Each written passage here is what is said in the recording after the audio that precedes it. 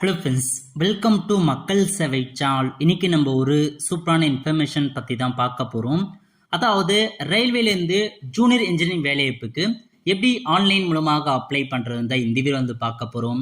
இந்த video skip பண்ணாமல் ஃபுல்லாக பாருங்க. அது மட்டும் அல்ல, இந்த வீடியோ நிறைய பேருக்கு ஷேர் பண்ணுங்க. ஃபர்ஸ்ட் இந்த வெப்சைட் பண்ணிக்கோங்க. இந்த வெப்சைட்கான லிங்கை நான் டிஸ்கிரிப்ஷன் கொடுத்துட்றேன். rrb.chennai.government.in இதான் பார்த்தா அஃபீஷியல் வெப்சைட். ஓகே, அதாவது ரீசெண்டாக ஆர்ஆர்பிலேருந்து ஜூனியர் இன்ஜினியரிங்கான வேலைவாய்ப்பு அறிவிச்சிருக்காங்க. கிட்டத்தட்ட 7900க்கு மேற்பட்ட வேகன்சி கொடுத்துருக்காங்க. இந்த வேலைக்கு டிப்ளமோ முடிச்சவங்க, இன்ஜினியரிங் முடிச்சவங்க, ஒரு சில பிஎஸ்சி கோர்ஸ் முடிச்சவங்க நீங்கள் தாராளமாக அப்ளை பண்ணலாம். எந்தமான பதவி கொடுத்துருக்காங்க, எக்ஸாம் எப்படி இருக்க போது, இதை பற்றின மொத்த இன்ஃபர்மேஷன் நம்ம சேனல் வீடியோ போட்டிருக்கோம்.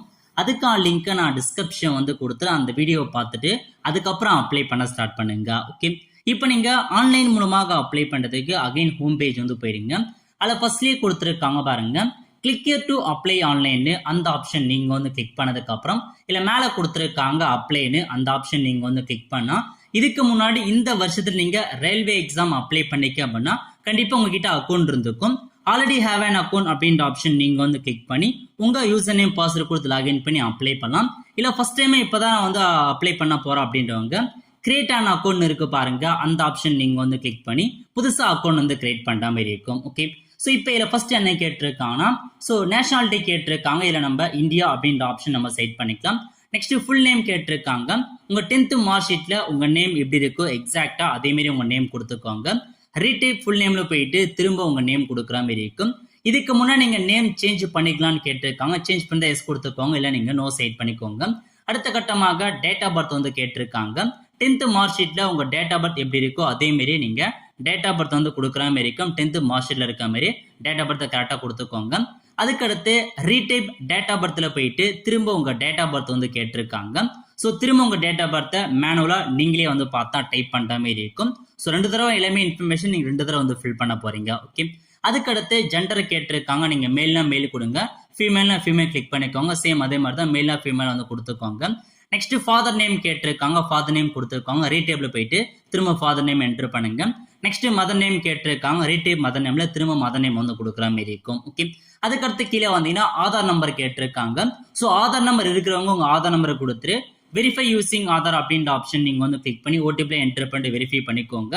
ஸோ ஆதார் இல்லாதவங்க I do not have Aadhaar card அந்த ஆப்ஷன் நீங்க கிளிக் பண்ணீங்கன்னா வேற டாக்குமெண்ட்ஸ் நீங்க சப்மிட் பண்ற மாதிரி இருக்கும்.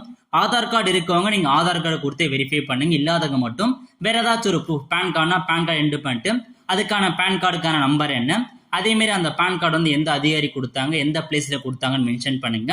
So PAN card, voter ID ஏதாச்சும் ஒரு டாக்குமெண்ட்ஸ் நீங்க சப்மிட் பண்ணிக்கலாம். முடிஞ்சளவுக்கு ஆதார் கார்டை வெரிஃபை பண்ணுங்க. அதுதான் உங்களுக்கு ஈஸியான மெத்தட் இருக்கும், எல்லாத்துக்கும் ஈஸியா இருக்கும். ஓகே, நெக்ஸ்ட் மெயில் ஐடி கேட்டிருக்காங்க பாருங்க. இதுல போயிட்டு உங்க மெயில் ஐடி நீங்க கரெக்டா கொடுத்துக்கோங்க. மெயில் ஐடி ரொம்ப இம்பார்ட்டன்ட். மெயில் ஐடி என்டர் பண்ணிட்டு ஜென்ரேட் இமெயில் ஓடிபின்னு இருக்கு பாருங்க, அந்த ஆப்ஷன் நீங்க கிளிக் பண்ணீங்கன்னா நீங்க கொடுத்த மெயில் ஐடிக்கு ஓடிபி சென்ட் ஆயிட்டு இருக்கும். அந்த ஓடிபியை அப்படியே பார்த்து டைப் பண்ணிக்கோங்க. நெக்ஸ்ட் மொபைல் நம்பர் கேட்டிருக்காங்க பாருங்க. இதுல போயிட்டு உங்க 10 டிஜிட்கான மொபைல் நம்பரை கரெக்டா கொடுத்துக்கோங்க. கொடுத்ததுக்கு அப்புறம் பக்கத்துல ஜென்ரேட் மொபைல் ஓடிபி அந்த ஆப்ஷன் நீங்க கிளிக் பண்ணீங்கன்னா நீங்க கொடுத்த மொபைல் நம்பருக்கும் ஓடிபி சென்ட் ஆகும். உங்களுக்கு வந்திருக்க ஓடிபி நீங்க கரெக்டா பார்த்து டைப் பண்ணிக்கோங்க. ஸோ ஓடிபி எல்லாம் நீங்க திரும்ப ரீஜெனரேட் கொடுத்தா ஓடிபி சென்ட் ஆகும். ஓகே, நெக்ஸ்ட் பாஸ்வேர்டு கேட்டிருக்காங்க. இதுல போயிட்டு ஃபர்ஸ்ட் லெட்டர் கேப்ஸ், அதுக்கப்புறம் ஸ்மால் லெட்டர், நியூமரல் லெட்டர்ஸ் அந்த மாதிரி மிக்சரப்பா பாஸ்வேர்டு கிரியேட் பண்ணிக்கோங்க. கன்ஃபார்ம் பாஸ்வேர்ட்ல போயிட்டு திரும்ப அதே பாஸ்வேர்டு கொடுத்துட்டு கீழே ஒரு கேப்சா கொடுத்துருக்காங்க பாருங்க, அந்த கேப்சா கூட அப்படியே பார்த்து டைப் பண்ற மாதிரி இருக்கும். டைப் பண்ணிட்டு preview and create an account அப்படின்ற ஆப்ஷன் நீங்க கிளிக் பண்ணா எல்லா இன்ஃபர்மேஷன் கரெக்டாக செக் பண்ணி பார்த்துட்டு ஐ ஹாவ் ரீசெக்னு கிளிக் பண்ணிட்டு கிரியேட் அன் அக்கௌண்ட் கொடுத்ததுக்கு அப்புறம் ப்ரொசீட் கேட்கும். ப்ரொசீட் கொடுத்ததுக்கு அப்புறம் இந்த மாதிரி தான் உங்களுக்கான அக்கௌண்ட் கிரியேட் ஆகிட்டு நீங்க லாகின் பேஜ் லாகின் பண்ணீங்கன்னா இந்த மாதிரி தான் டேஷ்போர்டு ஓப்பன் ஆகும். ஓகே, ஸோ கரெக்டாக லாகின் பண்ணிக்கோங்க. அதுக்கடுத்து இப்போ நீங்க டேஷ்போர்டு வந்தாச்சு. இதுல போயிட்டு ஆன்லைன் அப்ளிகேஷன் இருக்கு பாருங்க, அந்த ஆப்ஷன் நீங்க கிளிக் பண்ணதுக்கு அப்புறம் இப்போதைக்கு உங்களுக்கான ஜூனியர் இன்ஜினியரிங் நோட்டிபிகேஷன்ஸ் பார்த்தா ஓப்பன் ஆயிடுச்சு. இதுல I am not currently debate அந்த ஆப்ஷன் நீங்க டிக் பண்ணிக்கோங்க. டிக் பண்ணிட்டு எந்த ஆர்ஆர்பி அப்ளை பண்ண போறேன்னு கேட்டிருக்காங்க பாருங்க. ஸோ நம்ம பார்த்தா சென்னை ஆர்ஆர்பி அப்ளை பண்ணலாம். ஏதாச்சும் ஒரு ஜோன் தான் அப்ளை பண்ற மாதிரி இருக்கும். ஸோ நம்ம சென்னையை கொடுத்துக்கலாம். ஓகே, கொடுத்துட்டு நெக்ஸ்ட் அப்படின்ற ஆப்ஷன் நீங்க கிளிக் பண்ணீங்கன்னா இல்லை உங்களுக்கு நிறைய ஸ்டெப்ஸ் கொடுத்துருக்காங்க. ஒவ்வொரு ஸ்டெப்ஸா நம்ம ஃபில் பண்ற மாதிரி இருக்கும்.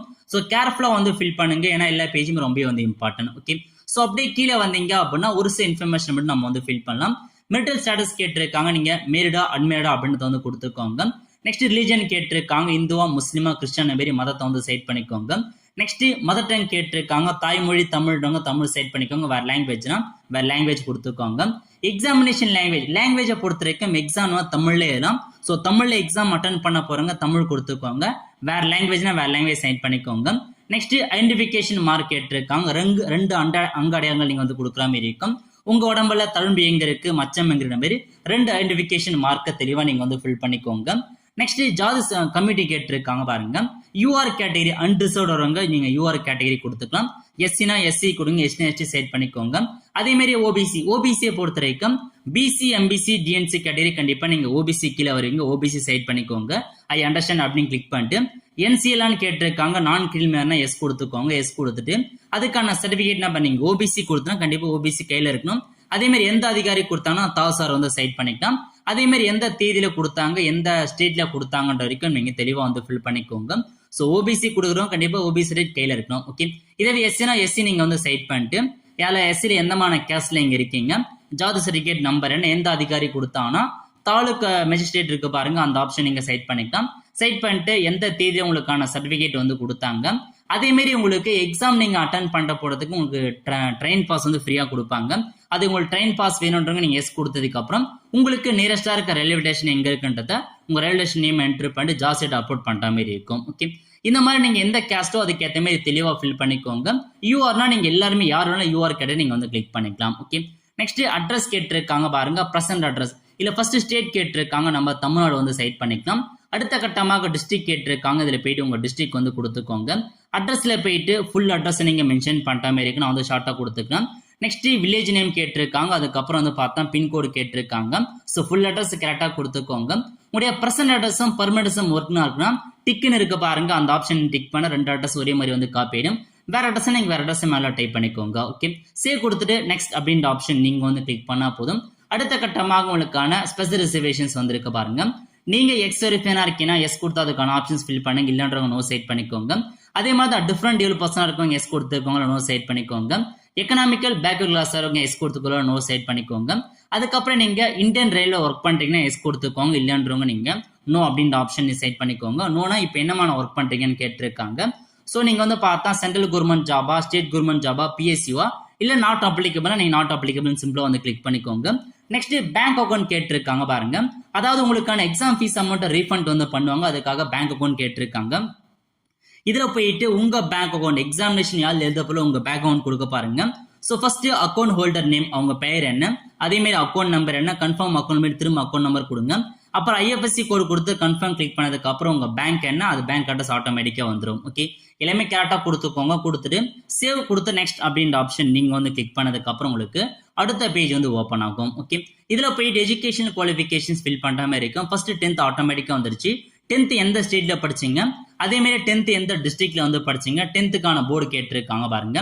10th ஸ்டேட் போர்டுனா ஸ்டேட் போர்டு கொடுங்க, சிபிஎஸ்சினா சிபிஎஸ்சி வந்து கொடுத்துக்கோங்க, எந்த போர்டுன்றத தெளிவா மென்ஷன் பண்ணுங்க.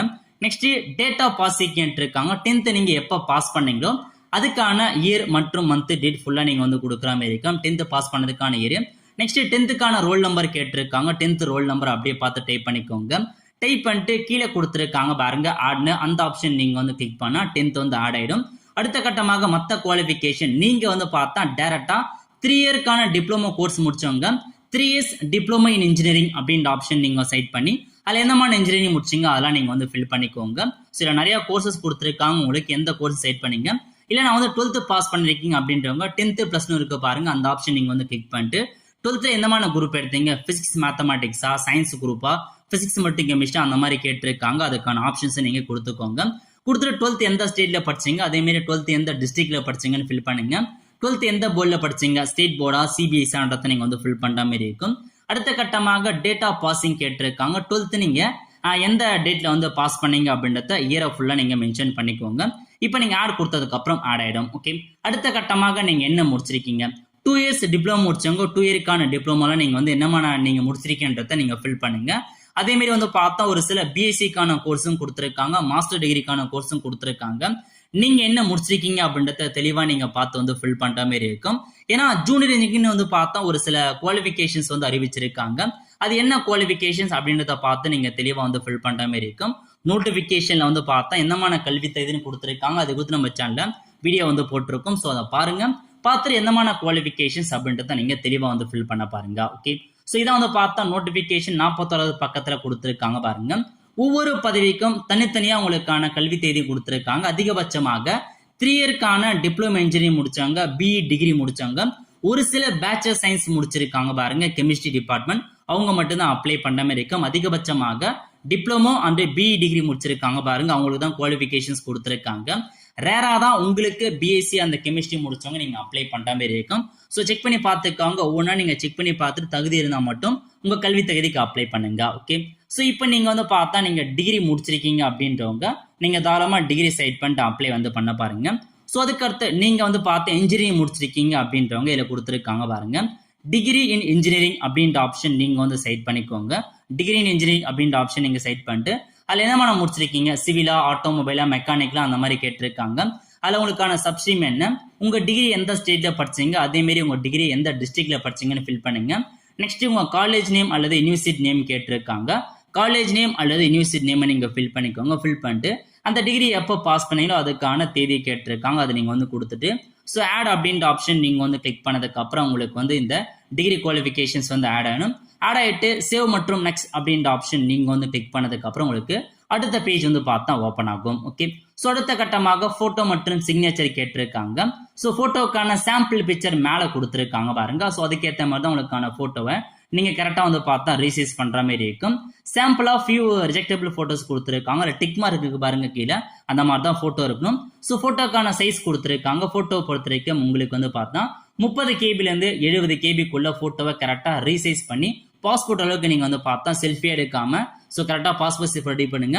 சிக்னேச்சரை பொறுத்த வரைக்கும் 30 கேபி 70 கேபிக்குள்ளும் ஸோ கரெக்டாக போட்டோ மற்றும் சிக்னேச்சர் அப்லோட் பண்ணிட்டு கீழே கொடுத்துருக்காங்க பாருங்க சேவ் மற்றும் நெக்ஸ்ட் அப்படின்ற ஆப்ஷன் நீங்க வந்து கிளிக் பண்ணா அடுத்த கட்டமாக ப்ரிஃபரன்ஸ் வந்து கேட்டிருக்காங்க. அதாவது நீங்க கொடுத்த கல்வி தகுதிக்கு ஏற்ப சென்னை ஆர்ஆர்பி நீங்க செட் பண்ணிருக்கீங்க. சென்னை ஆர்ஆர்பில உங்களுக்கு என்னமான பதவி எலிஜிபிள்ன்றது கீழே கொடுத்துட்டாங்க பாருங்க. 5 பதவி எலிஜிபிள் இருக்கு. இல்ல ஃபர்ஸ்ட் பதவி ப்ரிஃபரன்ஸ்னா ஃபர்ஸ்ட் கொடுங்க. அதே மாதிரி 4வதுக்கு நீங்க செகண்டா வேணா 4வது பதவியை கிளிக் பண்ணா செகண்டாக வரும். அதே மாதிரி ஒவ்வொரு பதவியும் உங்களுக்கு எந்தெந்த பதவி வேணுமோ அதை நீங்க ஃபர்ஸ்ட் செகண்ட் மாதிரி நீங்க மூவ் பண்ணிக்கோங்க.